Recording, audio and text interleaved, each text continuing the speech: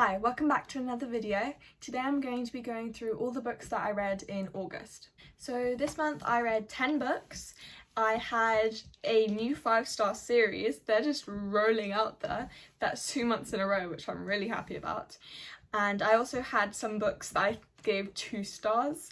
So it was a very high and low month. Starting off with Loverbirds by Leanne Egan. I thought this story was so adorable. It was just so cute and I gave it 4 stars. I really loved Lou, our main character of sorts. We get her perspective, but they're kind of both main characters because like she's the love interest and everything. Right from the start, I just found Lou so funny and just relatable and easy to get along with. Isabel, I took some time to get used to, but that was kind of the same for Lou. So I thought it was really cool how the author made you like Isabel at the same speed that Lou grew to like her. So at first it was like don't interest, then don't like at all, and then she just slowly grows on you. So I thought that was really nice. This book has good ADHD representation and it's rivals to Lovers, if that's your kind of thing. I would definitely recommend. This has barely any Goodreads rating, so that's because I think it's newly published, but we should try to show this book some more support. And then the next book I read was The Final Empire by Brandon Sanderson. So this book I bought at the shops because I knew I would have zero motivation to read it unless it was just sitting in front of me. It had been on my Kindle for months and I just hadn't read it yet. But the cover is beautiful, I will say. I do believe that buying books from their covers is kind of important because if I don't like the cover, I'll just get it on my Kindle. But anyway, that's besides the point. I gave this book 4.25 stars and I don't really know why I'm surprised. Brandon Sanderson is described as the king of fantasy, so I knew I would have had to read one of his books eventually, but I did really enjoy this one. I will read and continue the series, but I'm going to do it once I finish some of the books and series that I'm currently on and just tie up those loose ends. So in The Final Empire, there is this world where you have the Scar, I think that's how you pronounce it, which are like the low of the low. They are poor and they don't have any abilities. And then you have the Mistings, which are like the nobility, and they can do these magical things with this really unique magic system, but I don't want to go into it in case it counts as spoilers. And the Scar are the slaves to the Mistings, but then you also get the Mistborn, which are even more powerful, and we have this really dangerous, almost oppressive society at the very top of the nobility. And in this book we're following 2 characters. Kelsier, who is an adult man who is you can skip ahead if you count this as spoilers, but I don't think so, the leader of this group that does these jobs for people with their magical abilities. And then we also follow Vin, who is part of this underground organization that she helps out in, because if she were to go out onto the streets, she would very likely be killed. So those are our 2 characters and that's the world. It's really interesting because the setting, again, I don't want to give anything away, but the setting and the environment in this world is really different to imagine compared to other fantasies I've read. Our characters had really good character development in this. My only main critique would be that whenever there was like an action scene early on in the book, I hadn't been attached enough to the characters yet to be nervous or worried when they're fighting. So that makes it a bit less suspenseful when you're reading. Next I read The Stolen Heir by Holly Black. I was reading a lot of physical books this month at the very start because we went to Croatia and I wanted to try to read as many of these early because I can't bring physical books on holiday, both because they're heavy and they might get damaged. So yeah, I was reading all of these new ones that I bought and I really enjoyed The Stolen Heir. I think I also gave this one 4.25 stars. Nope, apparently just 4 stars. You know, that actually does make sense, considering how I feel about it now. If I'd given it 4.5 stars or something, then I probably would have dropped it down. But still, 4 is a very good rating from me.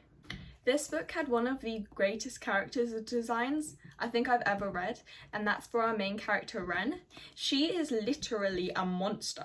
Like, not just, like, personality-wise.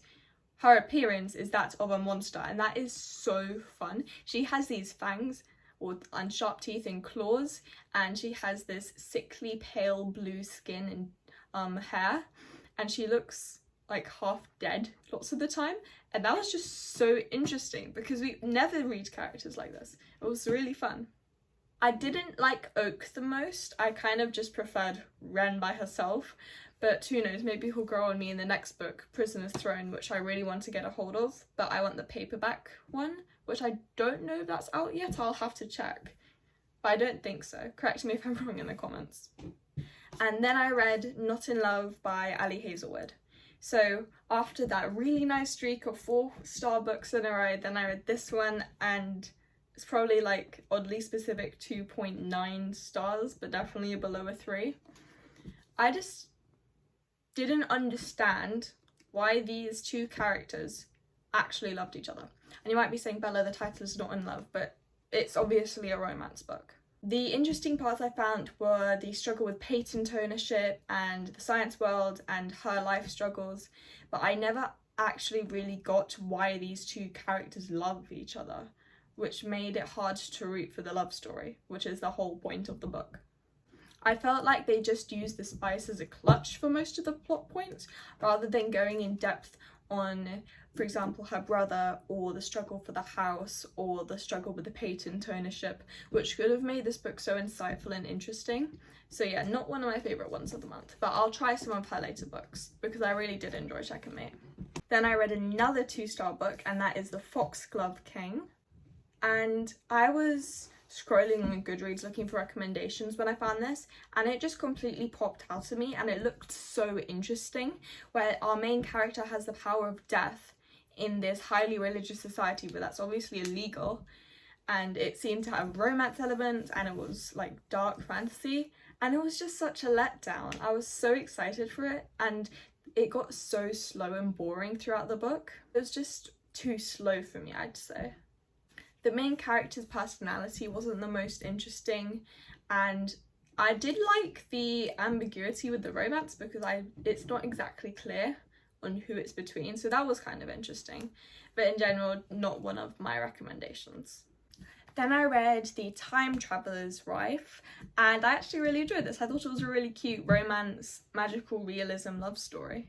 The multiple timelines got a bit confusing, but time travel romance has never really appealed to me. I've always thought it was just a bit weird, but this one actually was just a really sweet romance between this man called Henry, who every now and again is just popped back in time, and then this woman named Claire, who falls in love with him in like so many different timelines when they're so many different ages. But it's really, really cute. I read this book as a book for my dad because he really enjoyed the movie, which I'll be watching soon probably. Next I read Lightning, and in my notes I said, Bella, just read the book review that I gave it, so let me find that. Okay, here it is. If this hadn't taken me over 2 months to read, maybe I wouldn't say 2.5 stars, but that's the reality, so no use changing it now. In general, I found the multiple timelines just annoying and not adding anything but confusion to the story, and the main part I actually enjoyed was seeing Laura grow up when she is with Thelma, who is her best friend. Aside from that, Stephen is creepy, Danny is annoying, and the whole "you're associated with him so you must kill him too" plot got very generic. So to expand on that, if you don't know or haven't read it, we're following this girl named Laura as she grows up, and not just like over a few years, like over 30 or so, and she has this guardian angel, that's Stephen, but she doesn't know that, who every now and again comes in and saves her life. And then I'm going into spoiler territories now, so you can skip to the next book if you need to, but he is part of this time travel research facility group from the 1940s Berlin, and he is trying to save her life from a group of time travelers who want to kill him and therefore her by association, but she has nothing to do with it. And so when I say it got very generic, I just meant it felt unoriginal almost to have that as a plot point, and that be the major thing that's supposed to shock everyone. So yeah, it was just not for me. Next I read a book that I originally said 4.5 stars, but I'm gonna be completely honest, it's definitely a 5-star book, and that is Good Girl Bad Blood by Holly Jackson. So I really wish I'd read this immediately after A Good Girl's Guide to Murder, but watching the TV show really motivated me to continue the series. And I actually really enjoyed the TV show, unpopular opinion.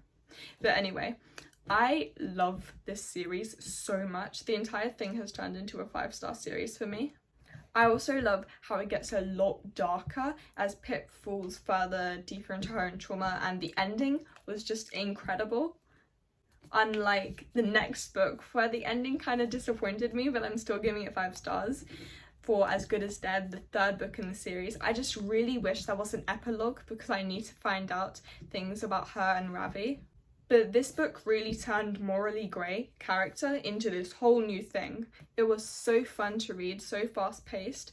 I was audibly gasping so many times at the airport and getting so annoyed and slamming my fist to the table, just wanting everything to work out perfectly, because I knew based on foreshadowing that something terrible would happen. And it's just such an incredible book. I don't know why I waited so long to read this series, but I 100% recommend it if you haven't read it yet.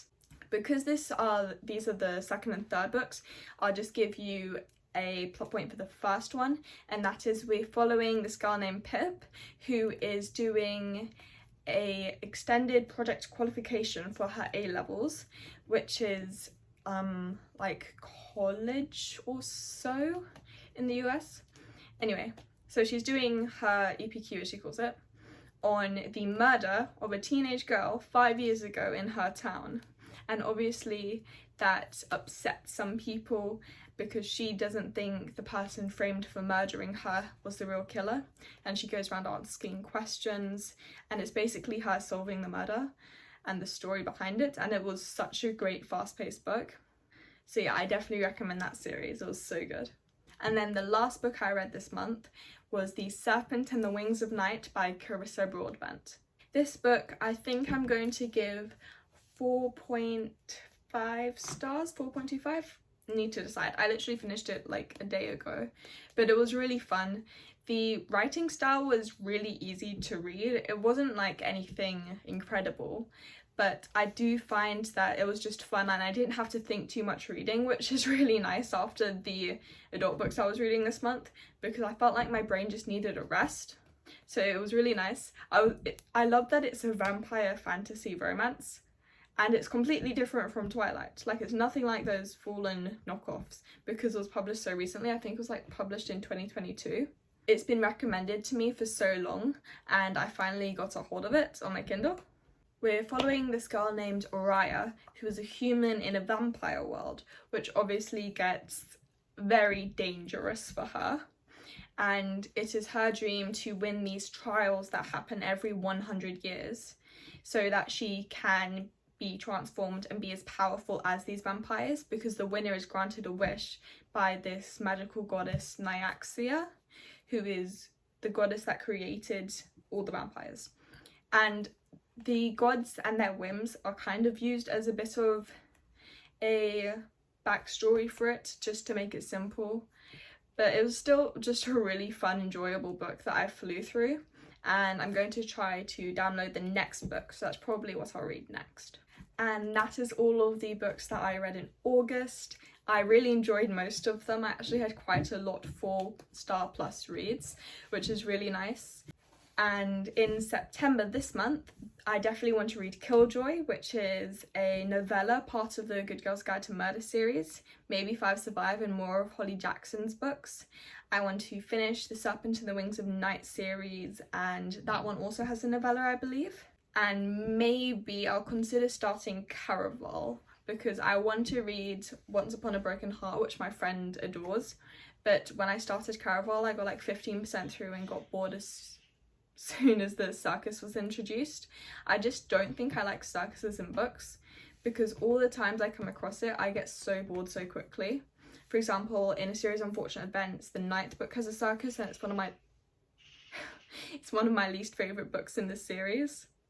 And then I also have a book on my shelf I think I've owned for over 3 years, which is called Circus Maximus, and I think I've started it like 10 times and only gotten more like 20 pages in. But yeah, those are the books I plan to read in September. We'll see how that goes. Thank you so much for watching the video. Please subscribe if you're new, and comment down below any book recommendations, and I'll see you in the next one.